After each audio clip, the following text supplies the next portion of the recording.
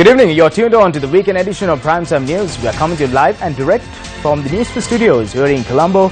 I'm Joel Outskun. Without much further ado, let's start off with a look at our headlines.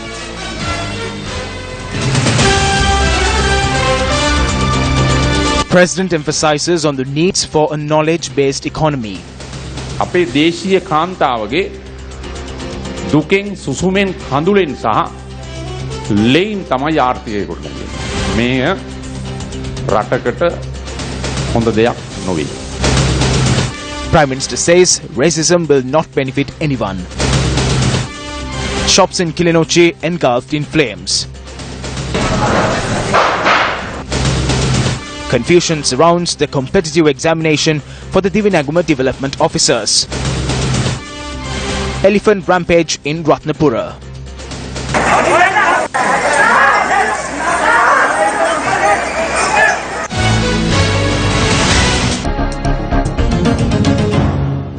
We start off the news with a look at the news from the President's Diary this evening. President Maithripala Sirisena attended an event in Malabe this morning. The commencement of Women's Empowerment Programme was held at the Kadula Divisional Secretariat this morning under the auspices of the President. The programme aims to provide training to women for self-employment and is a concept of State Minister Sujeeva Senasinghe. A group including Hema Premadasa, former Minister Rosi Senanayake and veteran journalist J. Sri Ranga graced the occasion.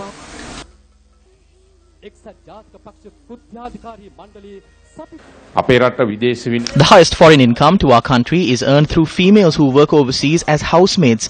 The second highest foreign income is also generated through females in the garment sector.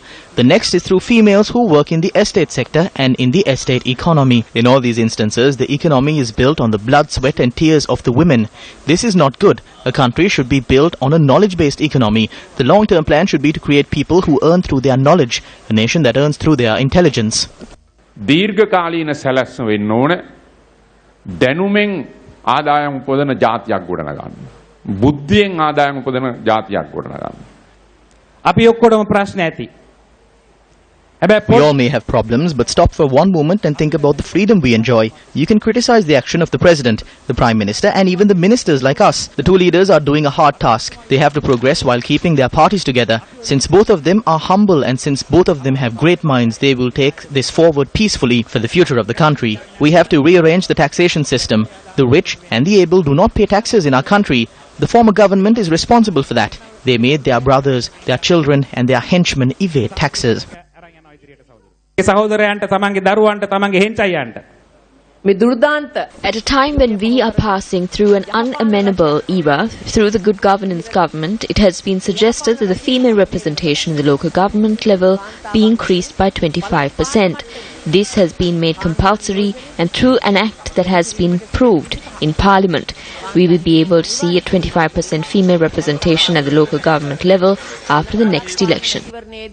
කාන්තා නියෝජනයේ 25ක් හැම පළාත් පාලන ආයතනයක අපිට දකින්න පුළුවන් වේවි. And on to some tragic news that made it to the headlines this evening. An elephant prepared for the final Randoli Perahara at the Ratnapura Saman Devalaya went on a rampage last night, causing a stampede among the spectators.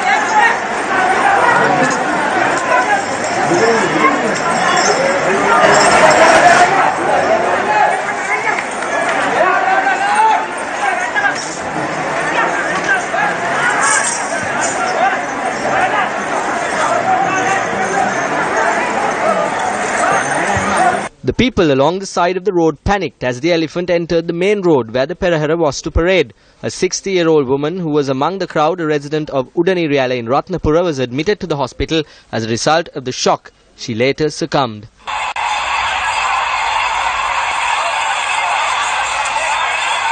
Hospital sources reveal that close to 100 people were admitted to hospital as a result of the injuries sustained during the stampede, while 11 individuals continue to receive in-house treatment. When the elephant came, we all ran. At that moment, the three-wheeler ran over the people.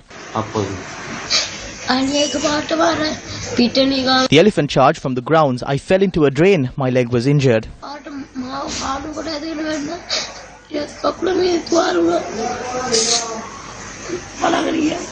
Our correspondent stated that it took around 45 minutes to control the unruly tusker. The elephant was attacked and it fell. I managed to escape.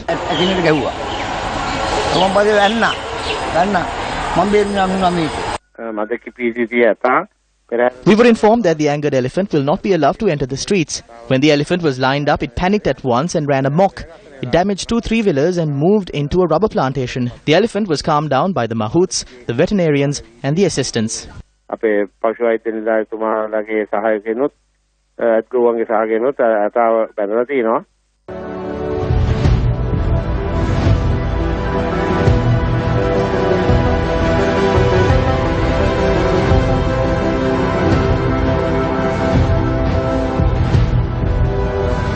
வாழ்வாதாரம் இப்பதான் ஆரம்பிச்சது. நாங்க நினைக்கவே இல்லை எங்களுக்கு இப்படி நடக்கும்னு. கடையை சுத்தாத இந்த கடை ₹100 காசு இல்ல இல்ல. இந்த கடையை நம்பிதான் இருந்து நானும் ஒரு வருத்தக்காரி.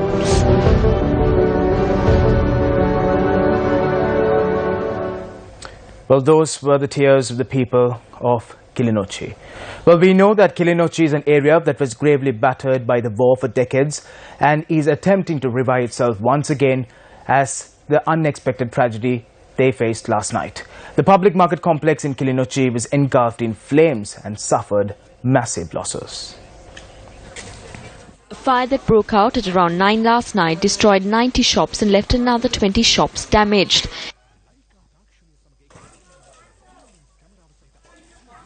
Investigations reveal that an electric leakage was a cause of the destruction. After the conclusion of the war, lives have begun to return to normalcy. This was unexpected. We come here 7 in the morning and leave at around 8 in the night. We do everything here. We leave nothing at home. Please help us rebuild our lives. I was rehabilitated. I obtained a 1 million rupee loan from the bank. This was our only source of income. We have nothing left. I am crippled. How can I rebuild my livelihood? I suffered losses mounting to 3 to 4 million. Coordinated efforts by the Sri Lanka Army, Sri Lanka Police and locals contained the fire, and the fire brigade from Jaffna was also summoned. If Kilinochchi had its own fire brigade, the destruction could have been minimized. Kilinochchi is a large city, and it is indeed a shortcoming that there is no fire brigade. The fire brigade came after everything was destroyed. If there were sufficient water bowsers, the damage could have been minimized. The Jaffna fire brigade came here after 2 hours. The Prime Minister visited Jaffna today. We hope to meet him and discuss as to how these lives can be uplifted. And shifting on to some weather-related news this evening, tornado-like gale winds that swept across the Koralavel area in Moratuwa early this morning damaged 25 houses. This was the trail of destruction caused by the gale winds.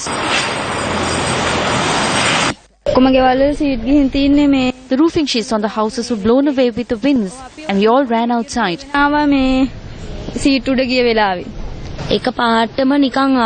I felt like my house was being lifted upward. Then the children started to scream. It all stopped at once. The Colombo District Disaster Management Centre and the Morudu Divisional Secretariat have commenced renovations on the damaged houses.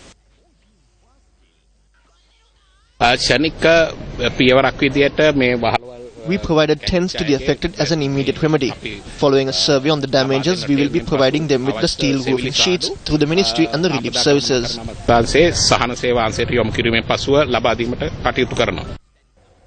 Still in local news this evening, improper garbage and waste disposal by the Darunagala Pradesh Sabha has caused severe discomfort to the locals in the area. The garbage collected daily by the Dharanegala Pradesh Sabha is disposed at a public cemetery located 50 meters away from the Dharanegala town. In addition to the garbage, human waste collected by gully bouncers are also disposed at this location. Politicians do not care and the Pradesh Sabha does not care. The PHI also does not look into this. Who are we to make a complaint to? The children get sick because of this. Waste is disposed on Saturday. The Environmental Authority also inspected this site. A solution was not provided. Locals warn that the garbage and the human waste disposed here could also contaminate the Sitavaka river located nearby. Our attempts to contact the Secretary of the Dharanegala Pradesh Sabha on the matter proved futile. Some sell their lands for a good price to the wealthy. Only the poor, innocent people remain here. We are not provided with any form of aid. We cannot even engage in cultivations because of the threat of elephants. When wild elephants charge into a village, those who can afford sell off their belongings and move away from the village, while the poor are left behind. A project by the Newsfirst government, the 100 Days Initiative, has created an environment where villagers can now stay in their houses without any fear of wild elephant attacks. The government, the 100-day initiative, day 60. The elephants have already destroyed over 100 houses. Some live in mansions, while poor people like us continue to remain here.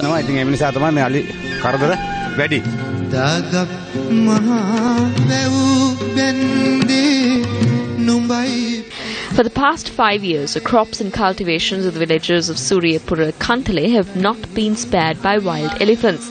The destruction of the elephant fence had resulted in an increase to the threat on the lives of the family, plus families living in close proximity to the 9th Maya post in Suryapura. The woes of these villagers had fallen on deaf ears of authorities. Today's event was also graced by the director of the Bandar Nayaka Centre for International Studies, Dr. Ranjit Cabral. The value of this cannot be limited to funds alone. The threat to our lives have been taken away and words fail me when I try to show my appreciation for this task.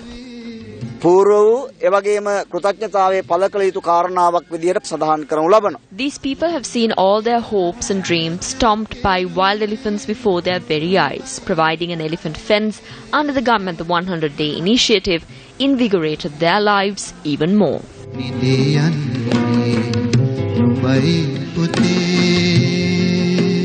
සංවර්ධනය කියන්නේ අපිට විකල්පයක් නෙමෙයි. For us, development is not an alternative. Development is an essential. However, development that takes place must be one that respects human values. Development must embrace love, affection and compassion. Rapid development takes place in some places. However, when we reach the villages, we realize that hunger and agony has not faded away. Those who contributed to this elephant fence are people just like you who cannot afford much. Today, we build this elephant fence with all the funds contributed towards the Gammadda initiative. Sirasa is an institution that always aims for victory. However, Gammadda is a resounding victory for us. Today, the people of Suryapura do not only receive an elephant fence, but also an environment where they can live in faith.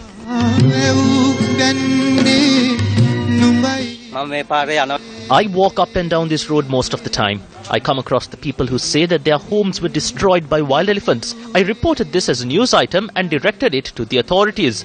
No one focused on this issue. Today, I am pleased that the institution that I serve for is providing an answer to this.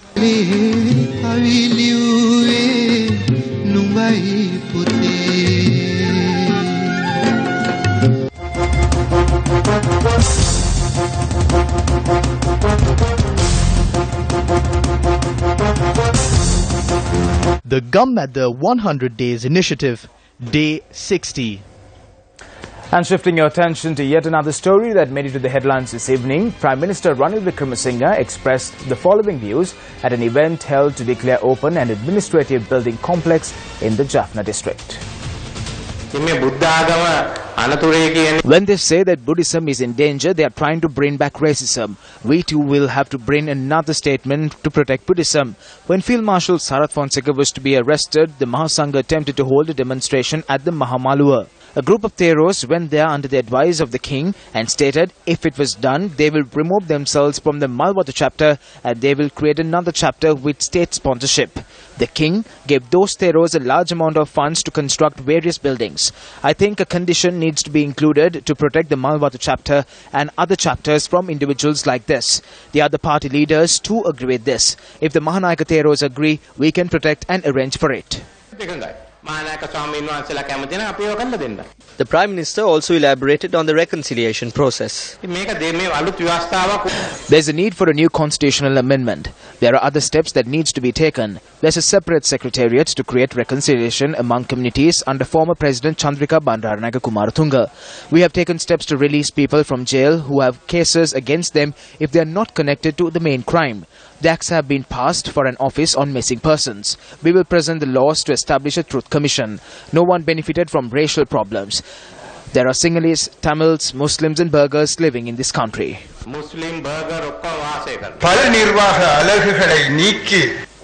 There are various administrative units here. I request the Prime Minister to abolish these various administrative units and let us function under one provincial council. The power to control the province should be vested with the public representatives chosen by the people of the province. Certain people have certain powers. The district secretary has one power unit. If we too have another unit, this will become a complete mess. There will only be contradictions in the opinion and nothing else. If this situation is to be avoided, the governors should remain only as governors, like in India. They should not get involved in the administrative process. There are 3 power units in the northern province. One is the power unit of the governor. The second is the power unit of the district secretaries. The third is the provincial council. The first 2 units are representatives of the president and they work according to the agenda of the central government. Therefore, they hold and control much of the power. In truth, we believe that the government has the idea of decentralizing power to the provincial councils. The provincial councils needs to be converted to one that has the total power. The 152nd birth anniversary of the late Anagarika Dharmapala, who rendered a yeoman service to Buddhism, is marked today at the Mahabodhi Agrashravaka Viharya in Malikakanda. Dr. Rajitha Senaratne, the Minister of Health, Nutrition and Indigenous Medicine, attended the event as chief guest upon accepting the invitation extended by Venerable Banagulupati Sathera, the President of the Mahabodhi Society of Sri Lanka. Celebrating the 125 years of the Mahabodhi Society of Sri Lanka, the Prajna television channel was officially launched today. Chairman of Sri Lanka Telecom Kumarasinghe Sirisena also graced the event. Mementos were also presented to the special invitees at this event. The autobiography of late Sir Anagarika Dharmapala titled Mama Dharmapala was also unveiled.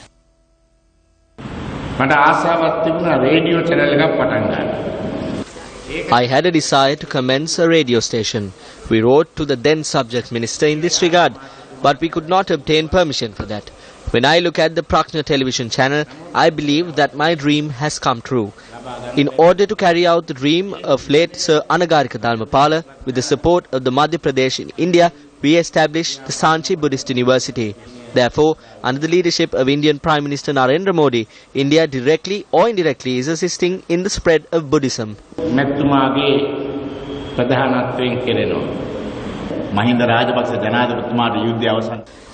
The story goes on that then President Mahinda Rajapaksa brought an end to the war. If that story is continued, the Rajapaksas will remain in the country for the next 2 decades as well. I told him to look at 2 examples. One is Anagarika Dharmapala and the other is the modern Nelson Mandela. They were famous for their spirituality. My father taught me about Sir Anagarika Dharmapala when I was only a kid. Today, Venerable Banagala Thero with the Mahabodhi Society is engaged in a massive task of spreading this message across the whole of India. This is a great deed. The 110th birth anniversary of the first executive president of the Democratic Socialist Republic of Sri Lanka, the late J.R. Jayawardena, is marked today. Junius Richard Jayawardena, affectionately known as J.R. Jayawardena, was born on the 17th of September 1906 to the family where he was the eldest of 11 children. He is a proud product of Royal College, Colombo, and is also a graduate from the University of Colombo. J.R. Jayawardena was an attorney by profession.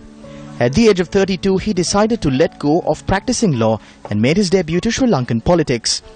The late J.R. Jayawardena was appointed the first finance minister of the first Parliament of Ceylon and was also a founding member of the United National Party. In 1977, he took oaths as Prime Minister and introduced a new constitution to the country, which paved the way for him to become the first executive president of the Democratic Socialist Republic of Sri Lanka. He served as executive president until 1989. On the 9th of September 1996, J.R. Jayawardena breathed his last. A memorial took place at the Jatika Sevaka Sangame premises this morning to mark the 110th birthday of the late J.R. Jayawardena. Minister of Education and Chairman of the Jatika Sevaka Sangame Akila Viraj Karyawasam graced the event. ජාතික සේවක සංගමයේ විදියට පහුගිය අවුරුදු 20 තුල බැටකාපු දුක් විඳපු මාර්වීම් ලැබපු I do not think that there is any other organization like the Jatika Sevaka Sangame that has been battered for 2 decades, experienced transfers and even termination from employment. At times the national government has not been able to fulfill the obligations for their rights. The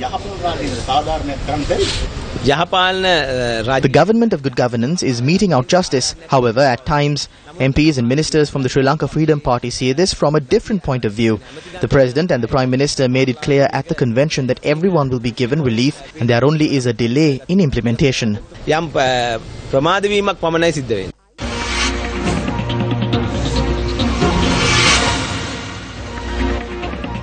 The country's most controversial exam issue is a problem pertaining to the Z-score. Certain individuals who were responsible for this made various criticisms using their parliamentary privileges on experts who revealed true facts about the issue. These criticisms and accusations created an unpleasant situation which was worse than the issue itself. Whatever exam that is held to select suitable candidates should be trustworthy and respectable, while those conducting it should not be by any means arbitrary.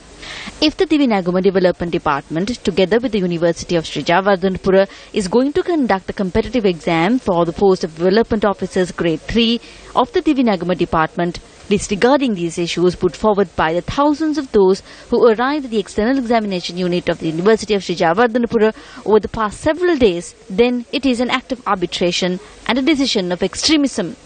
When calling for applications for the above post on the 14th of January itself, the Divinaguma Department maintains a hidden agenda, as it does not disclose the number of vacancies available for the post in question in the Gazette notification. According to the Gazette notification calling for the applications, the minimum qualification for the applicants are 6 passes with mathematics and a language and 4 credit passes at the ordinary level exam and 1 subject for advanced level examination. The age limit with a later amendment was increased to 35. It is indeed surprising that the Department of Divinaguma did not have any predictions of the number of those who would apply for the post when considering the unemployment rate in the country and the minimum qualifications set for the post. It is due to this ignorance of the department that the external examination unit of the University of Sri Jayawardena was selected to conduct the exam. From the closing date for applications to the date of examination, the external exam unit of the university had over 7 months to prepare for the exam. Due to over 210,000 individuals applying for the exam, the external examination unit informed the Department of Divinaguma 2 weeks ago that they are unable to conduct the exam on the set date, which is tomorrow, while proposing to hold the exam on the 29th of this month.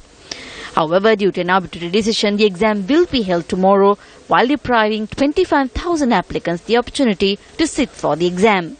At the same time, a considerable number of those who are supposed to be eligible to sit for the exam too have several confusions that they must clear once they go to the examination centre.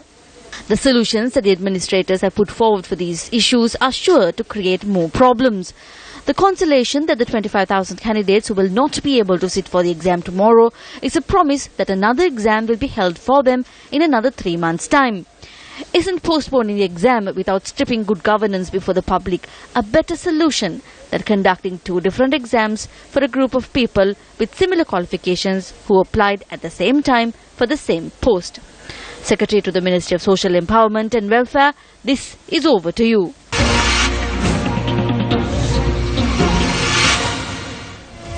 The 3-day conference and celebration marking the 2nd annual commemoration of the World Alliance of Religions Peace Summit began in Seoul, South Korea. News First, Ramesh Bandara reports from South Korea. In sports, it's cricket. The Australian women's cricket team will begin their maiden tour of Sri Lanka, with the first ODI set to be played in Dambulla tomorrow. The series between the Sri Lankan women and Australian women comprises of 4 one-day internationals and 1 T20 encounter. The first ODI will be played at the Rangiridh Dambulla International Cricket Stadium. Both teams engaged in their final practices today. Sri Lanka have included Inosha Fernando, Imalka Mendis and Harshita Madhavi into the squad, while injured former captain Shashikala Sirivardhana will not play in the series. They may be the number 1 side in the world and we may be a lower ranked team. We will have a change in the way we play and minimize the shortcomings and play to win. New players have been included into the squad. We hope to strengthen the batting and bowling department. If we can reach 200 to 225 runs, we can have a good game against Australia. Well, on that note, we wrap up this edition. Thank you very much for stopping by. I'm Joel Outkun. Take care. Good night.